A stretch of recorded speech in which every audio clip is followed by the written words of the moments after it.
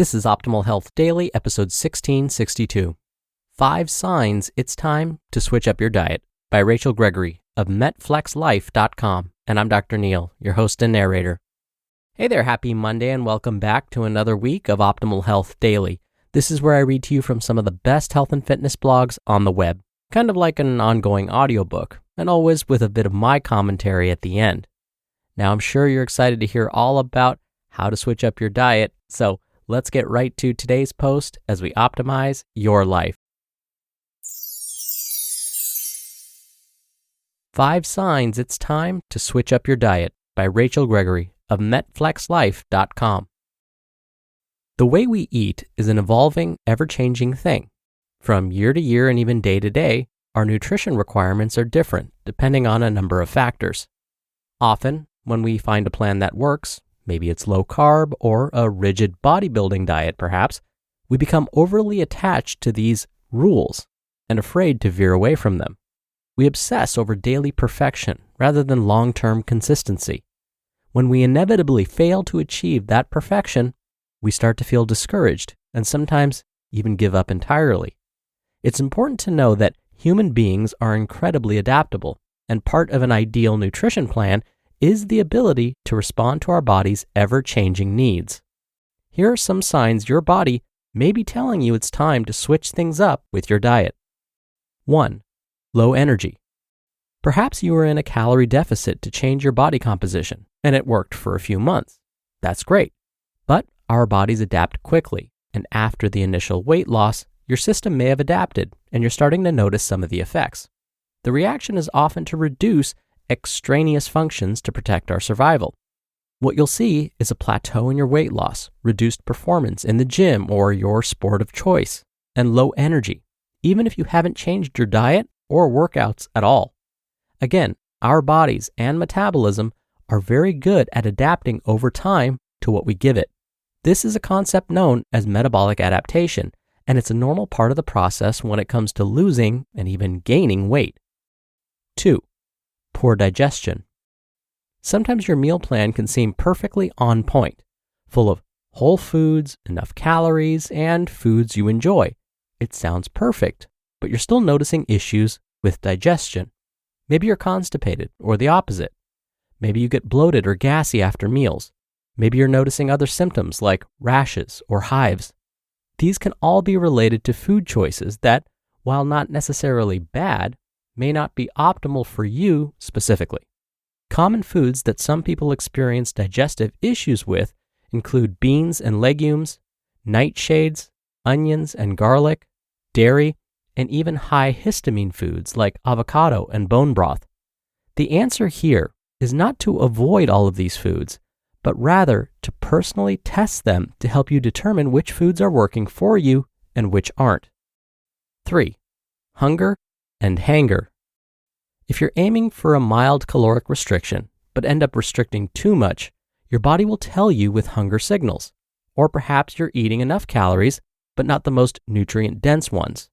Instead of protein, healthy fats, and whole food carb sources, maybe you're eating low satiety, more processed foods. In this case, your body will respond by overeating because it's not getting the nutrients or satiety from those foods that it requires. Finding a macro balance and meal structure that works for you, centered around good quality proteins, is the simple key to continuing to get the results you're after. But just because it's simple doesn't mean it's easy. 4. Poor cognitive performance and mood. Many factors can play into this, like not eating enough, eating too much sugar, and eating foods that your body doesn't tolerate well. If you find yourself having trouble concentrating on your work, you feel fuzzy even after a decent sleep, or you're moody or irritable and don't know why, your diet may be the culprit, or at least an improvement in your diet could help. And 5. Poor sleep. Everyone knows sleep is important to health, but it's less common knowledge that the foods you eat can have a dramatic impact on your sleep quality. Sure, avoiding alcohol and caffeine later in the day are big factors, but meal timing and meal quantity can impact your sleep too. Do you find yourself waking up in the middle of the night starving? Do you have issues falling asleep or staying asleep? Do you wake up in the morning craving that caffeine hit. Switching up your eating schedule and structuring your macros in specific ways can make a huge difference. Sleep is a crucial part of your body actually being able to recover properly and build muscle. Eating too much, too close to bed can disrupt sleep quality for most people. However, we also want your body to have some protein available throughout the night to help you with optimizing muscle growth. Also, if you have issues waking up hungry in the middle of the night, consuming some fruit as part of your nighttime snack can help fuel your liver throughout the night, which can prevent a blood sugar drop that may be contributing to the midnight wake up. You just listened to the post titled 5 Signs It's Time to Switch Up Your Diet by Rachel Gregory of MetFlexLife.com.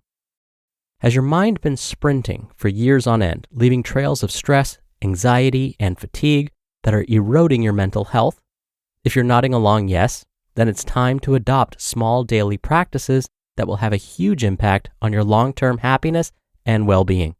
And it's easy to learn with Headspace. Headspace is scientifically proven to help you manage your feelings and your mental health. In fact, a recent study showed in just 2 weeks, Headspace can reduce your stress by 14%. Whether you want to relieve stress and anxiety, sleep better, or improve your focus, Headspace is your everyday dose of mindfulness for real life. Whenever I'm not feeling my best, I love using Headspace's appreciation course. I instantly feel happier about what matters in my life and perfect to help fall asleep faster. However you're feeling, try Headspace at headspace.com/OHD and get 1 month free of their entire mindfulness library. This is the best Headspace offer available, so go to headspace.com/OHD today. headspace.com/OHD. Dr. Neal here for my commentary. One of the best ways to help you track these signs and symptoms is to keep a food journal. In fact, if you end up talking to your healthcare provider about any of these issues, which I always recommend, of course, they will likely ask you to keep a food journal for weeks at a time. This is because a food journal helps identify patterns. When you keep one, the more details you can include, the better.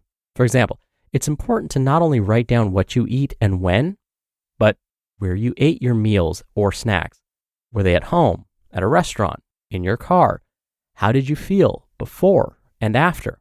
Did you experience any symptoms of gas, bloating, fatigue, changes in mood, sleep difficulties, and on and on? Then you and your healthcare provider can review the detailed journal and look for patterns. It seems that after you eat, insert food here, you experience, insert symptoms here. Let's try avoiding that food and see if you feel any better. So, without details, it's hard to find patterns.